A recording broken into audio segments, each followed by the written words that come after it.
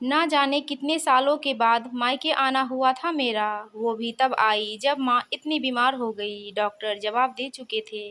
पता नहीं कौन सी मजबूरी थी मेरी, आज सोचती हूँ तो खुद ही समझ नहीं पाती। लेकिन इस बार घर से किसी का फ़ोन आया था, आपकी माँ बीमार है काफ़ी, याद कर रही है आपको।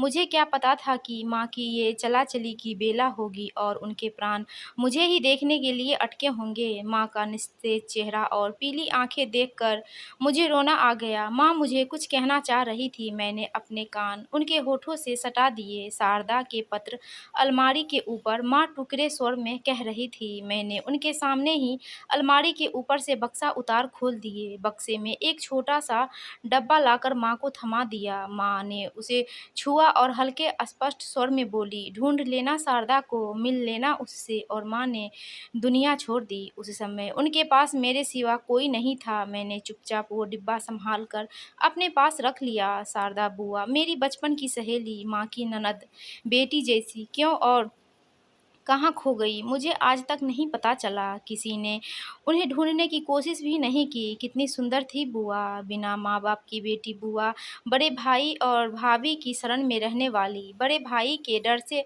थर थर कांपने वाली। आज लगातार याद आ रही है उनकी। एक सवाल मन में आता है, बुआ तो कहीं गुम हो गई थी। फिर माँ के पास उनके पत्र, माँ बताती थी कि उनके ब्याह के समय बुआ 10 बरस की थी। वो भाभी का पल्लू पकड़े उनके साथ डोलती रहती। ननद भाभी से पहले उनका माँ बेटी का रिश्ता बना। बुआ को माँ के उनके हिस्से का खूब प्यार दुलार दिया। माँ की गोद में जब मैं आई तब भी ये दुलार कम नहीं हुआ। मेरे लिए तो बुआ सखी, सहेली, बहन सभी कुछ थी। मेरा बचपन बुआ के साथ ही बीता। हमारी उम्र में भले ही 12 साल का अंतर था, लेकिन सारे खेल हम साथ ही खेले। चोर सिपाही, गुड्डे गुड़िया का ब्याह और भी ना जाने कौन कौन से खेल। मैंने उस डिब्बे में से रखे पत्र को खोलना शुरू किया। पहला पत्र, भाभी मैं उस नरक से निकल आई जहां मैं मर मर कर जी रही थी। मुझे उम्मीद है कि तुम मुझे माफ़ कर दोगी। दूसरा पत्र था, मैं शुभम के साथ हूँ भाभी,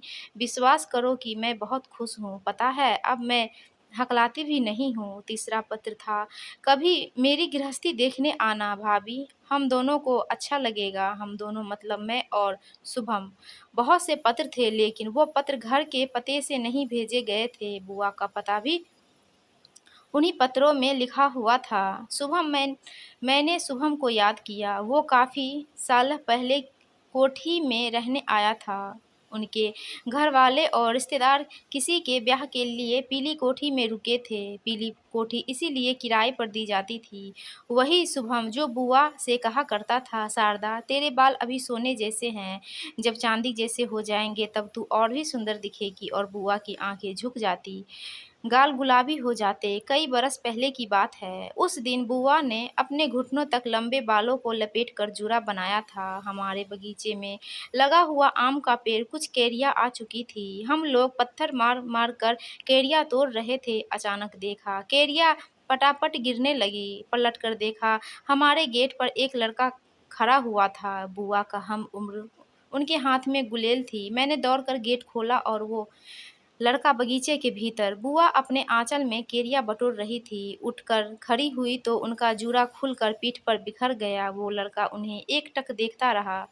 उसकी आंखों में कुछ ऐसा था जो बहकर उन बुआ की आंखों में उतर गया। उस दिन से हमारे खेलों में एक और साथी शामिल हो गया था, शुभम। अक्सर बुआ के बंधे हुए बाल खोल देता, रेशम सोने जैसे सुनहरे बाल। खुले बाल लिए बुआ हंसती रहती। शुभम से हमारी दोस्ती के बारे में किसी को पता नहीं था। पीली कोठी के पीछे एक छोटा सा ताल था। गर्मी की सुनसान दोपहरी में जब माँ सो जाती तब हम लोग शुभम के साथ उन ताल के कमल देखने जाते। उसी ताल में कागज की नाव तैराते। वो बचपन के भोले दिन, स्वच्छ, निश्चल, पवित्र। ऐसे ही एक दिन हम लोग शुभम के साथ पीली कोठी चले गए। वहाँ शंख फूंकती एक स्त्री ने बुआ के गाल पर ढेर सारा सिंदूर मल दिया। थोड़ा सिंदूर उड़कर उनके बालों पर भी लग गया। सिंदूर पोंछते हुए जब बुआ घर वापस आई तो माँ गंभीर थी। पापा भी दफ्तर से लौट आए। शार शायद उन लोगों को हमारा शुभम से मेल-जोल पता चल गया था। बुआ घबराकर हकलाने लगी। शायद वो कहना चाह रही थी कि वो शुभम को पसंद करती है, लेकिन कह नहीं सकी। शुभम हमारी जात-बिरादरी का नहीं था और ये बात पापा को हजम नहीं हुई। उस दिन के बाद हम लोग पीली कोठी कभी नहीं गए। जिस दिन शुभम जाने वाला था, हमारे घर के गेट तक आया। काफ़ी देर खड़ा रहा। उसे किसी ने नहीं देखा, लेकिन मैंने देख लिया। मैं भागी हुई गेट तक गई। वो मुझे कुछ थमा के चला गया। ताल से लाया कमल का एक फूल और सिंदूर की डिब्बी देते हुए बस यही कहा था उसने, शारदा के लिए। वो चला गया हमेशा के लिए। मैं उदास थी उसके लिए, लेकिन उस रात बुआ खूब रोई। इसके कुछ दिनों बाद ही बुआ का ब्याह हो गया। दूल्हा बने फूफा जी मुझे जरा भी पसंद नहीं आए, लेकिन वो पापा को पसंद थे। बस कुंडली का मिलान बढ़िया हुआ था, पैसे वाला, लेकिन बुआ से लगभग 2 गुनी उम्र का। उनका बड़ा बंगला, ढेरों गाड़ियाँ, चढ़ावे के गहने, अपार धन दौलत पापा ने देखा, लेकिन बुआ का मन किसी ने नहीं देखा। पहली विदा में लौटकर आई बुआ और भी अधिक हकलाने लगी। उनके चेहरे की उदासी माँ ने पढ़ ली और उन्हें अपने आंचल में समेट लिया। माँ भी पापा के सामने कहाँ कुछ कह सकती थी। बुआ ससुराल लौट गई। वो इतनी चुप रहने लगी थी मानो बोलना ही भूल गई हो। और फिर कुछ ही समय बाद पता चला कि बुआ घर से गायब हो गई। उनके बारे में कुछ पूछने बात करने की मनाही हो गई। कुछ दिन बातें दबी रही, लेकिन जल्द ही आस-पड़ोस रिश्तेदार में सबको पता चल गया। खूब बदनामी हुई। फूफा नाम का वो व्यक्ति एक दिन कुछ लोगों के साथ हमारे घर आया। पापा सिर झुकाए बैठे रहे। कुछ-कुछ बहसों के बाद वे सब लौट गए। बात आई गई हो गई। धीरे-धीरे सब लोग बुआ को भूल गए, लेकिन मुझे बुआ याद रह गई। कई बरस बाद भी मेरा भी ब्याह हुआ, प्रेम विवाह, विजातिया विवाह। अपनी गृहस्थी में रची-बसी मैं समय के साथ ऐसे ही बहती रही और आज माँ का अंत समय। माँ कितनी ही बातें मन में दबाई चली गई और मेरे मन में कितने ही संशय, कितनी शंकाएँ।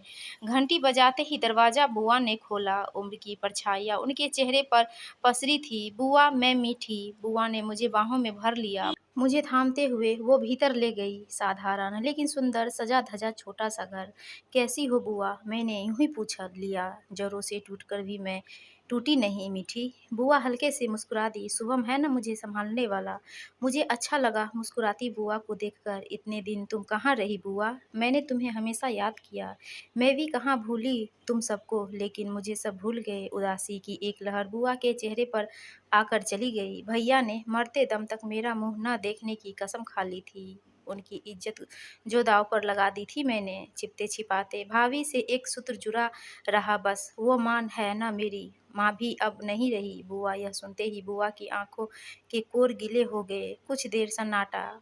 "कुछ कहूँ मीठी, सुनेगी?" बुआ ने भरे गले से पूछा, मानो कितना कुछ मन में दबा हो। "कहो न बुआ, पता है तुझे, मेरे सारे सपने शादी की पहली रात में ही टूट गए, जब नशे की धुत मेरे पति ने मेरे पंखों को नोचकर लहूलुहान कर दिया। मन का सारा बसंत पतझड़ में बदल गया।